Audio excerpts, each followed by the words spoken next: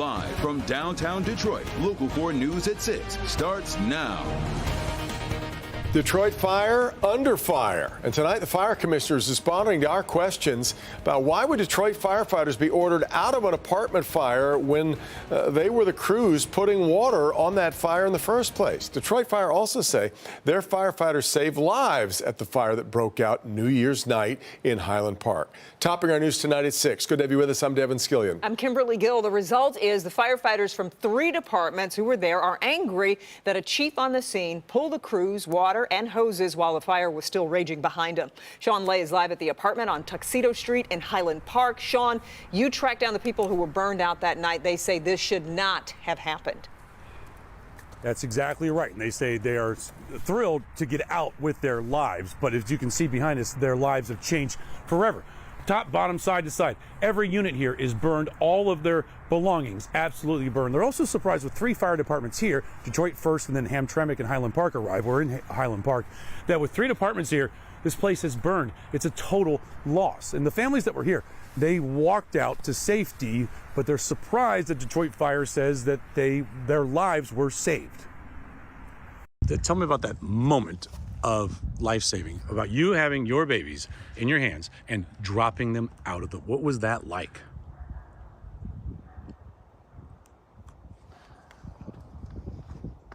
If my husband didn't make it, it would have been 5 bodies in the house. New Year's night, mom Sharon Mayhawk says the only way to escape a fire that broke out in their Highland Park apartment was to drop her 3 children, ages 5, 3, and 1, out of a second-floor window. Her husband, Brandon Lightsey, caught each child. Then he broke Sharon's fall.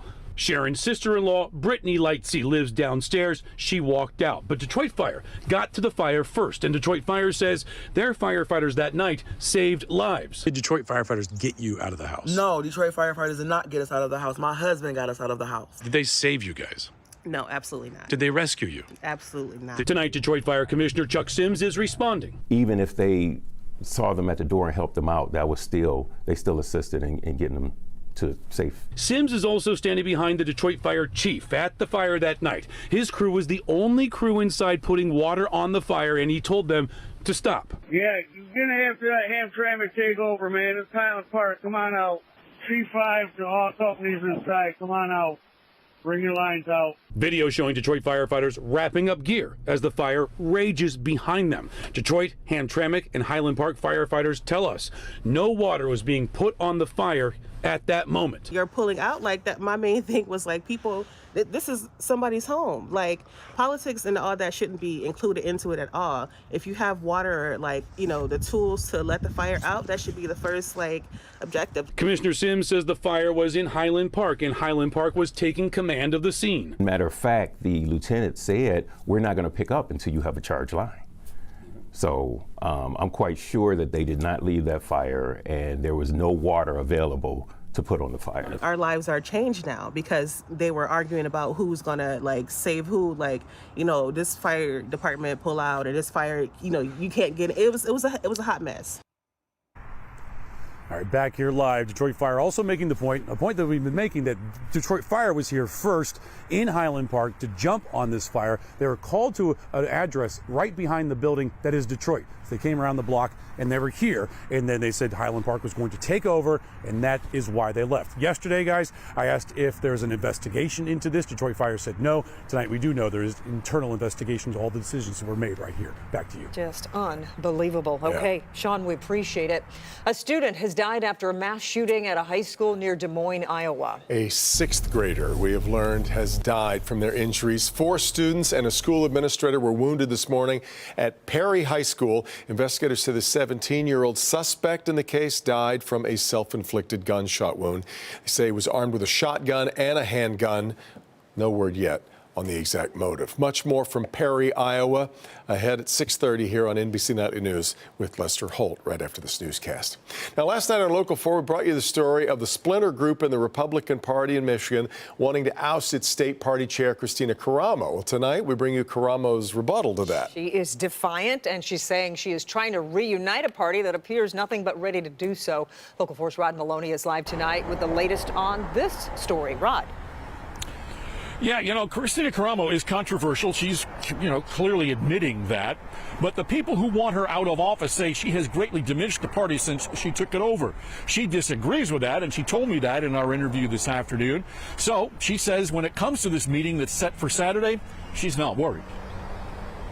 They haven't followed any of the proper procedures. So there is no board meeting to remove me. It's a group of disgruntled individuals who've been agitated from the very beginning, falsely portraying themselves as legitimate meeting at the Michigan Republican Party. Yet meet they will Saturday afternoon at the Multi Lakes Conservation Association in Commerce Township. Their agenda printed on the party stationery, looking to review and possibly remove Caramo and her chief legal counsel, Dan Hartman, from office. The public face of the operation is former district party chair Warren Carpenter, who helped fund Caramo's run for Secretary of State. One of the tricky part about politics is oftentimes, 1 minute someone you think is an ally and the next minute they're stabbing you in the back. Those seeking her removal are part of the party apparatus, and they're saying that Caramo is the real problem here, all but bankrupting the party and putting it in a position for big legal trouble, all of which she denies. She chalks it up to her individualist notion of politics. So anytime someone is seeking to bring change, that's going to ruffle a few feathers, and that's to be expected. But at the end of the day, it will be a Republican Party that will be relevant again and be leading the way of the United States of America. But this is a bare-knuckle brawl we're watching unfold. Caramo's opposition saying she's inept and destroying the party. She parries in kind. Why go spread lies about this administration? Because they're not interested in saving the country. They're interested in burning down what they can't control. Now, there was more court activity today, more controversy, because a judge held Caramo and the party itself in contempt of court. They fined Caramo $500 in direct defiance of the judge's order to take down a former county Republican officer's name from a Michigan Republican website. Apparently that order came down back in April. So the controversy continues. That meeting, again, Saturday afternoon. Yeah. Back to you. Yeah, so, Rod, what's the party saying about the judge's actions tonight? Well, at this point, they say they intend to appeal. So we'll see. Yeah. Okay. Keep us posted. Rod, we appreciate it. A massive criminal investigation focused on fraud and Meijer MPerks cards. Yeah, customers' points and their private information were stolen, and now there are concerns about security here. Obviously, consumer investigator Hank Winchester live at the Meijer in Allen Park. This is a pretty sophisticated operation, it would seem, Hank. Yeah, Devin, it certainly is, and we've been talking with shoppers here in Allen Park about it. I mean, listen, MPerks, it's an opportunity for shoppers here when they make their way to Meijer to save some money, earn some points, right? But for a man in Western Michigan, it was an opportunity for him to steal from you.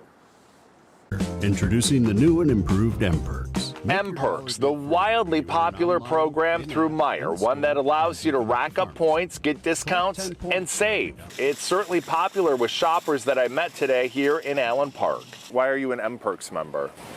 Because of the extra coupons and rewards, because I have the credit card. But now a high-tech crime connected to the MPerks program, one that was carried out by a 22-year-old in Grand Haven. Investigators telling Help Me Hank that he hacked into a system, stole MPerks data, and then worked to sell that information and the customer rewards. That information up for grabs to those online. This investigation discovered encrypted chats and foreign online markets where MPerks account credentials were being offered for sale, advertised with the corresponding points contained within each account. Attorney General Dana Nessel and her team worked with investigators to crack this complicated case. In all, investigators conducted over 12 search warrants encompassing the residence, vehicles, electronic devices, physical safes, and more. MPerks members, and everyone for that matter, being encouraged to check all security settings. Contact the store should you have any questions or concerns regarding your own account. As you heard the Attorney General say, this was a massive investigation involving several different agencies. The good news in all this, Meijer does not believe that any customer's personal information was leaked or sold. They were just going after those points that were being sold online, mainly to people overseas. We're live here tonight in Allen Park. Hank Winchester, Help Me Hank. Back to you. Something. All right, Hank. All right, 4 days away now and counting until the Wolverines take on the Huskies from Washington in the national championship game, the Natty. One Metro Detroit family won't be rooting for the Wolverines, not because they're Spartans fans. We're talking about twin brothers, Javon and Armand Parker. They graduated from Dearborn Public Schools, but now play for the Washington Huskies. Megan Woods caught up with their parents about the experience rooting for the opposing team. Megan. Hey, Kimberly, Devin. So Javon and Armand's parents are their biggest fans. They still call them their babies, and they've been rooting them on the field since they were little kids playing for the Detroit PAL team. And now, I mean, even though they're from Michigan, this family can't help but to be diehard Washington Huskies fans. People ask, I mean, they have the nerve to say, who are you going for? Hello. Rita and Marcus Parker can't help but to be proud that their twin sons, 19-year-olds Javon and Armand, get to experience a college national championship so early in their college career. It's going to be a great game, and I'm excited about it. They're excited about it. Those guys are humble. They are amazing, and they work hard. They say this opportunity wasn't given to their sons. They earned it. I played, so I got him into it when they were 5 or 6, and then went from there. The twins attended and played for both Dearborn Advanced Technology and Fordson High School. Now sophomores at University of Washington studying real estate and business, their parents haven't missed a game. They were there in New Orleans to see them win the Sugar Bowl, but know the national championship against Michigan will be different. I'm like, this is where you from, how you feel. He said, it was almost the same feeling as when they played Michigan State. It feels really good to come home or play somebody from home because there's a little bit of show and prove because, they had offers here. And so now, look where we are.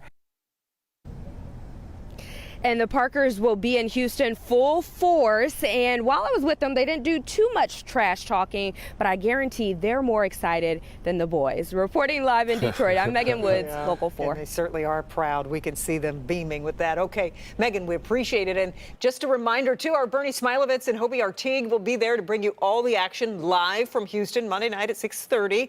Only on Local 4, a 30-minute chase for the championship special with player interviews and some super fan stories you won't want to miss. That's Monday at 6:30 p.m. right here on Local 4. All right, well, we got something today we haven't seen in a long time, and that was sunshine. Really nice to see. Yeah, it was really nice. Let's check in with Kim. Unfortunately, we're not going to get a repeat, it sounds like, Kim. Yeah. No, we're not. We might see a break or two of the sun tomorrow, but that's going to be about it. It's cold out there tonight, though. It's dropped now into the mid-20s in Detroit. It's only 24 in Howell, 23 in Pontiac, and 26 in Adrian.